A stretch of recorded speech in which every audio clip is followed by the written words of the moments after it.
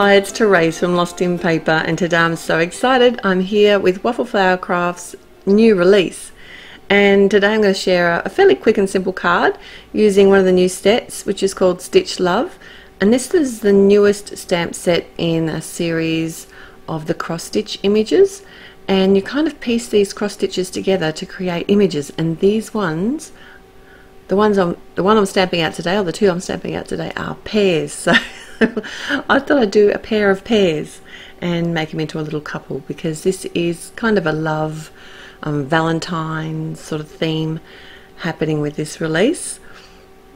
And I did two-tone stamp the main portion of the image, and the way I did that was just actually tap the whole ink pad on the large background image, or on that main image, and then I used the darker color.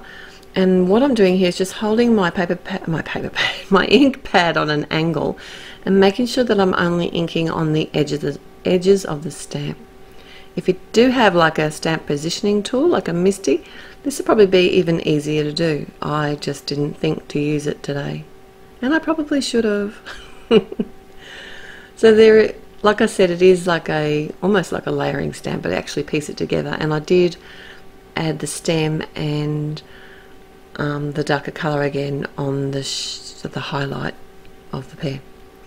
I'm also going to be using this mini bow 3D bow die, and it's really simple to use. It has a couple of notches in it that you can just join together, and then you can just wrap the centre of the bow around the actual bow once you've sort of squished it down. It's much easier just to watch me doing that and have me explain it. But what I'm doing here is training my cardstock to go around the actual bow, and then I came in with, this is the 1/8 of an inch score tape, because it's a nice strong tape. You could use glue dots, you could use a strong liquid adhesive. I just thought this would be quicker. I don't have to wait for it to dry. And because I've already trained my paper, my cardstock, to go round, I can simply just re-wrap it around the bow. And isn't that awesome? The perfect bow every time. So I did a couple of those, red and sort of a teal, dark teal green one. So obviously this is the boy image, and then this is the girl. I chose, there's two different styles of face. There's a larger one. This is the larger face that I've used, and there's a smaller one as well. There's a ledge that I'm stamping out with the brown ink, and then I'm lucky I have the matching dies for this, and it just makes this so much easier and such a quick process, because rather than fussy cutting it out, I can just die cut all of my images out and then they're ready to go. I love that sort of square cross stitch edge that you get on there. It's not that perfect rounded edge. It's a lot of fun. And so I did that for both of my images, obviously. So there's going to be heaps to see on this hop, so don't forget to go through the link below this YouTube video, and you'll find how you can win prizes if you're here in December 2017, so head on over there. This sentiment comes from a different stamp set, which is called Morning Love, and I just love this funky font. And I've just used some nice bright green cardstock, and I'm adhering that directly to the front of a top fold square card. And then I can simply add my tape runner to the back of my ledge, and I just find it easier to set my images out, and then I know exactly where I want to go.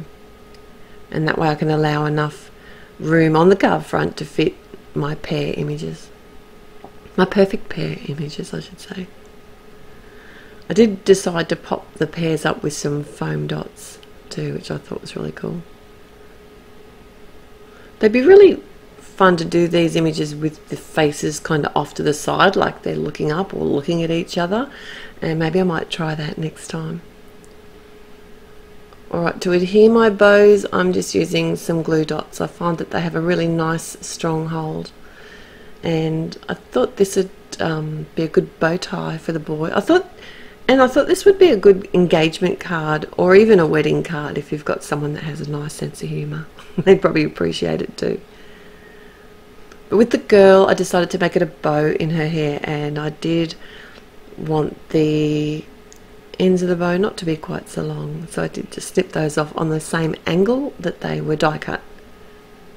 And that's my finished card for today. Thanks so much for joining me. Don't forget to head through to the link on my blog and see how you can win. I'll see you there. Till next time, happy paper crafting. Bye.